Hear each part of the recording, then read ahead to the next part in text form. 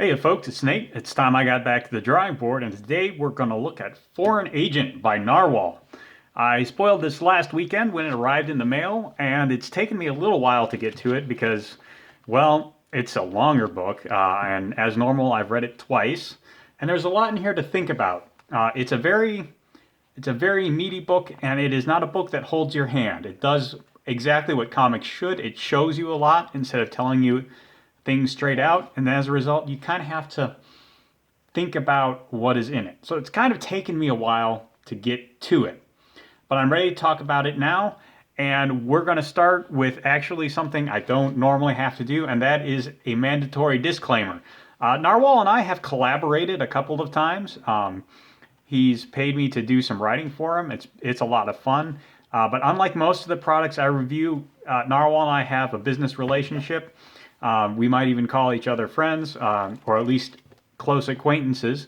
And that is probably going to color my review of this a little bit.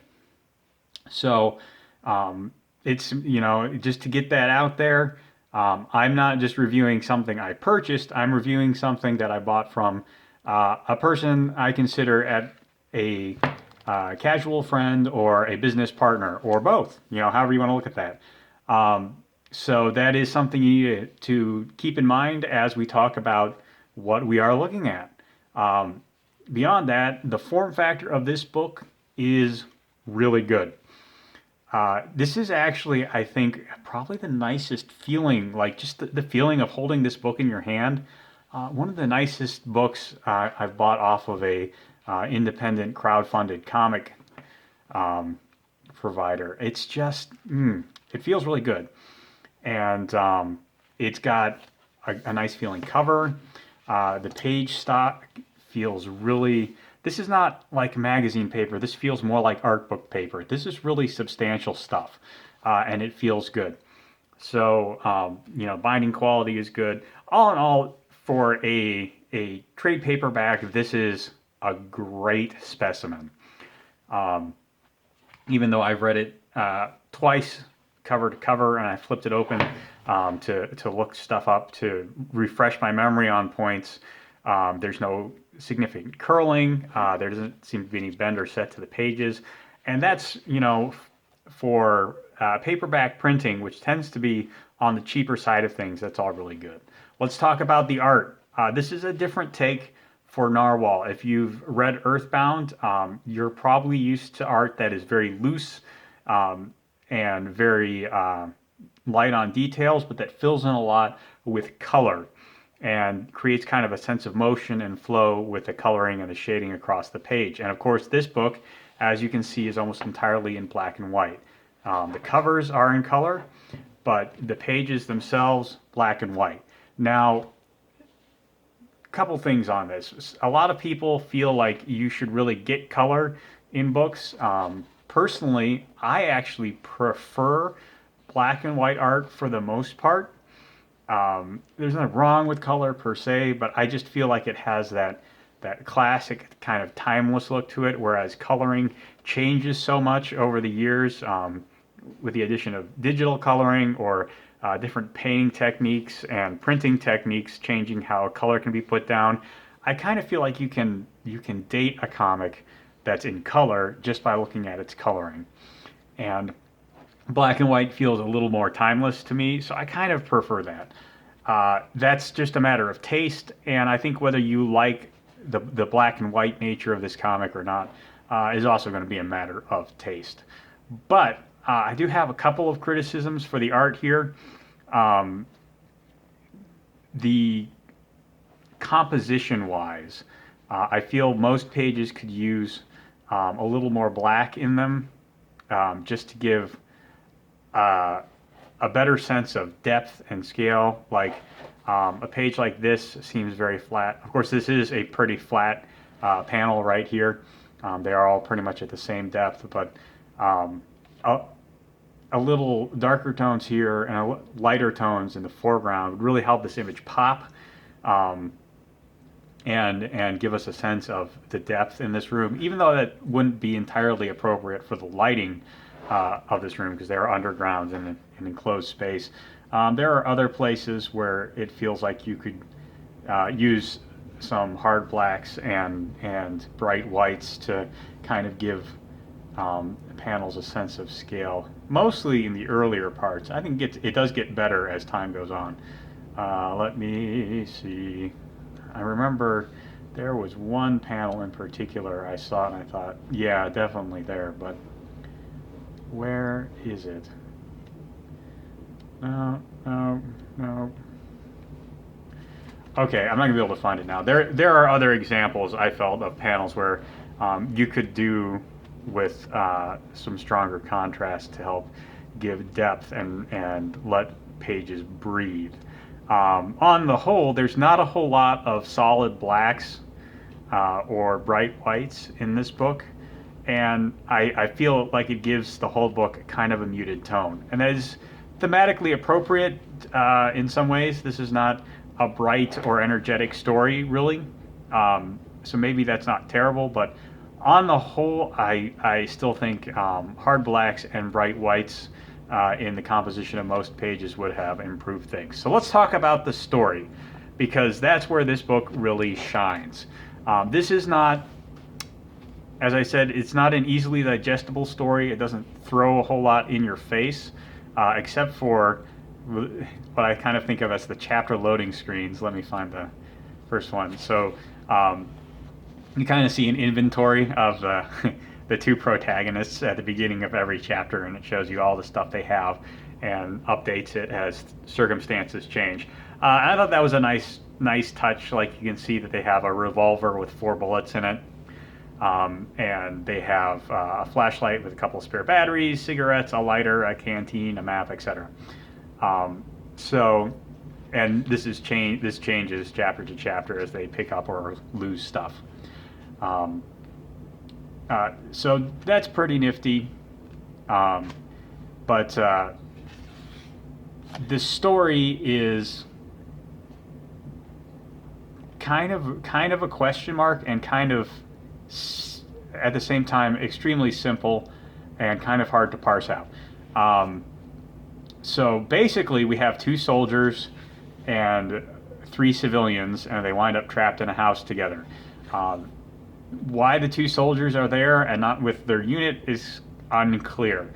We do see other members of their unit, and reading between the lines, my guess is these 2 soldiers witnessed a chemical weapons attack that they shouldn't have, and now they've gone rogue from their unit in an attempt to report that to their superiors, who can take action and punish the responsible parties. And they stumble into this house. Here's another one of those loading screens. You can see they've added a bag full of cell phones and flash drives and a rifle. But they stumble on this home with 3 civilians in it.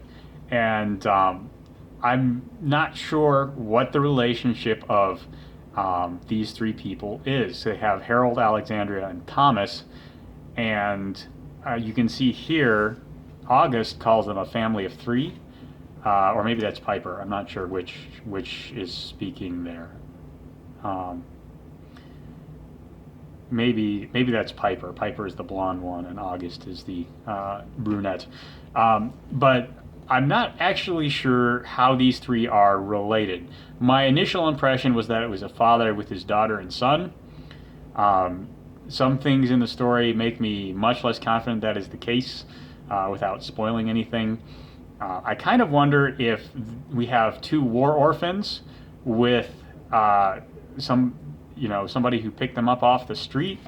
That seems more likely to me based on the way the story develops. But the relationship between these 3 is unclear. So we're just going to call them the civilians. Harold is the adult, Alexandria is the girl, and Thomas is the boy. And basically the story revolves around Piper and August trying to lay low over the winter in this area, and then try and sneak off to someplace they can contact their superiors, I believe.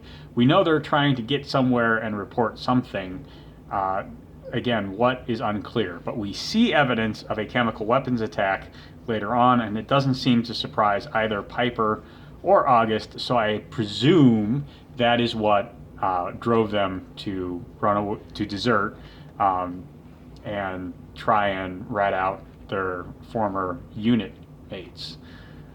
So the story in that respect is quite simple. What happens in it is pretty complex and pretty interesting. There's a lot of distrust in this story because the three civilians don't know anything about these two soldiers and they don't trust them, nor do the two soldiers quite trust the civilians, but they all form kind of tenuous relationships until things kind of fall apart and go really wrong. And one thing I should note, if you've read Earthbound from Narwhal, is that the tone of this story is completely different. That is a fun kind of slapstick comedy story, and Foreign Agent is a very dramatic, very intense story, really. And there's a lot of quiet moments you'll notice on this page. There are 5 panels and a whopping 3 dialogue balloons. There are a lot of pages like that. There are a lot of pages where we just see people doing things and we have to pay attention to what they're doing to work out part of the story. And I really like that. I really like that Narwhal is telling you the story through the actions of characters, and you have to keep track of them and put them together as best you can to kind of work out what people's intentions are. There's no internal monologue telling you all about how people are feeling and what they're thinking and what they hope to happen in the future. This is a story that is very much about watching these characters and watching them interact and trying to guess what it is they want and what they're going to do. And oftentimes you get plenty of cues to figure out what's going on, and oftentimes you cannot. And you will be very surprised by how characters react. And that is very much to the credit of Narwhal's storytelling and art. So the story is completely different in tone and in tenor, but it still has some jokes, moments of humor. It's not all intense. This is not 12 Angry Men or anything like that. It has breaks, it has humor, and it has really strong characters. I felt by the end of this I had a pretty good sense of who each of these characters were. And I like this story. It came off really strongly. But I do have a couple of critiques with it, and these are mainly nitpicks or details that didn't quite add up. Or just moments where I felt like, this might have worked better if we had done it another way. One of these things is quite early on we see we are actually shown that the soldiers have only 4 bullets because August has the revolver broken open and he takes all the bullets out of it. Where does he do that? And I noticed that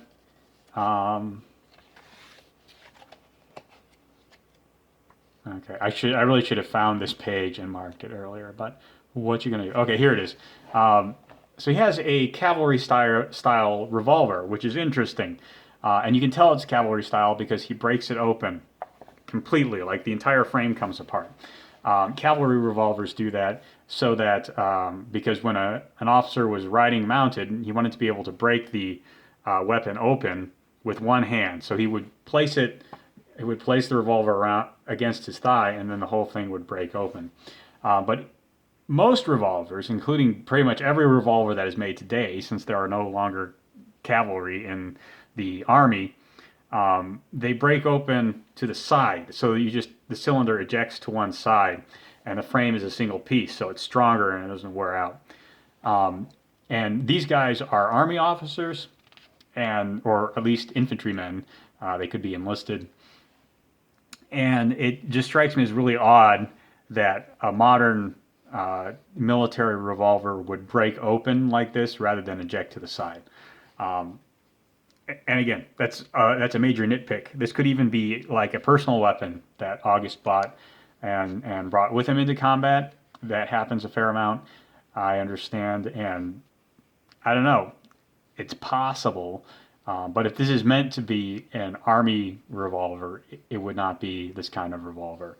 I also find it odd that he carries a revolver as a sidearm when he is a soldier, because that would not be standard issue.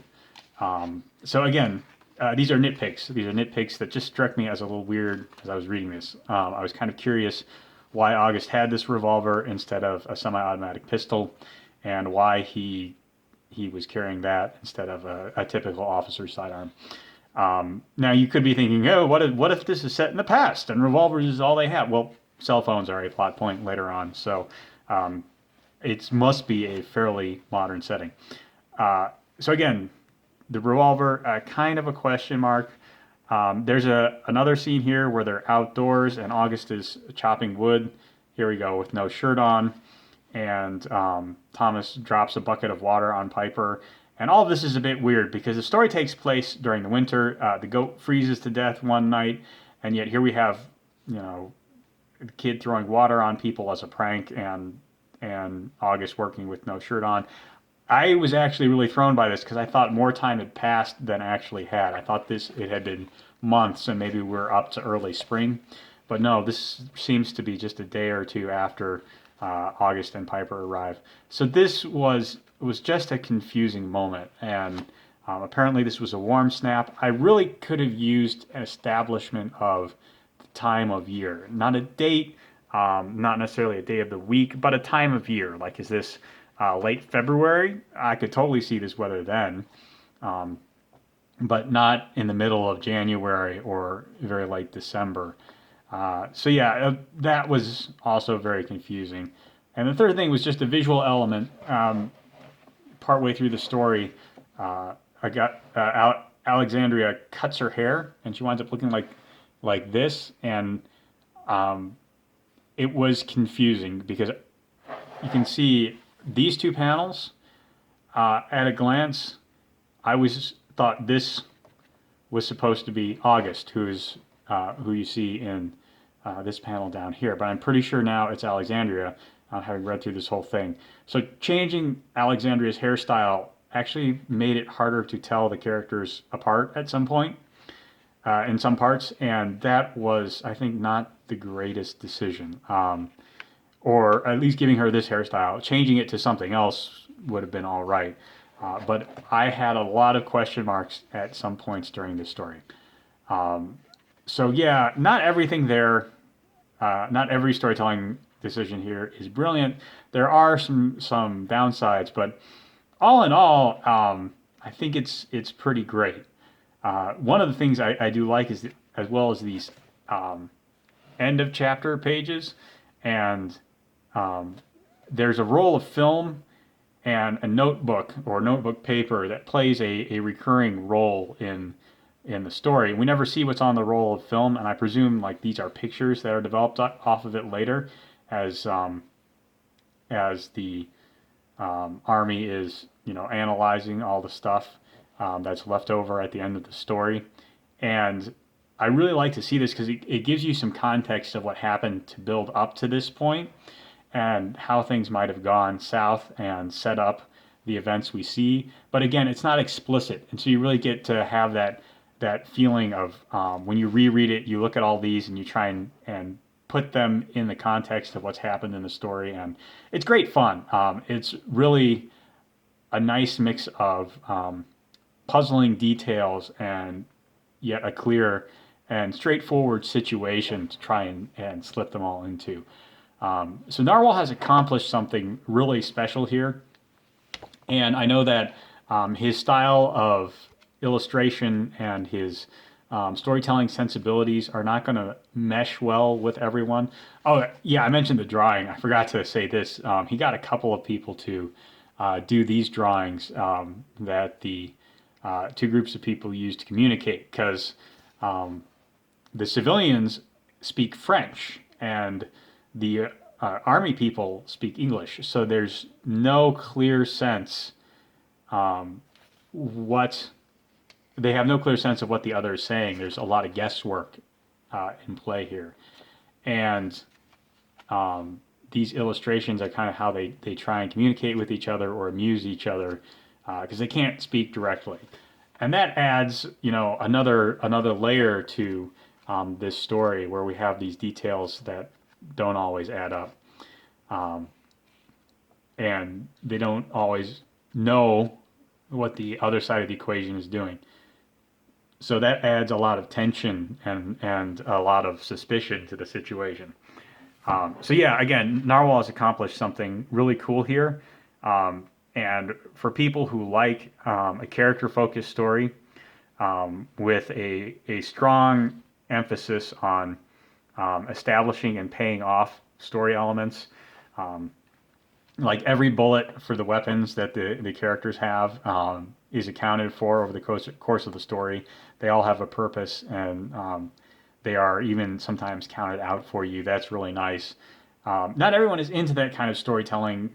Some people just want big bombastic stuff to happen, and this isn't really that kind of a story.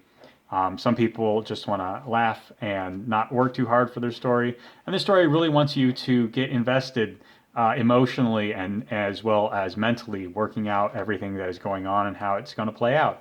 So maybe this isn't for people who just um, want a film they can look through, or not a film. It kind of feels like a film, which I know everyone is saying, and it's not always the best thing for comics, but this one works. And if you just want to sit down and read your typical funny book that is going to let you see everything about characters right away and just ride through a situation with them, this is not the book for you.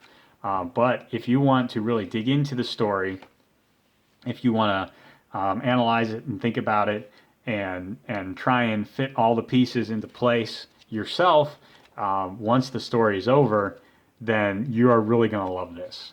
If you like character-driven stories, there's a lot here for you to like as well. So, yeah, just if those two things are your jam, absolutely check out Foreign Agent. And if you just want to follow, the career of an up-and-coming storyteller, you should definitely pick this up as well. Anyways, I hope you all enjoyed that. If you did, there's a like button and a subscribe button down below. You can use those as you see fit, and I'll talk to you later.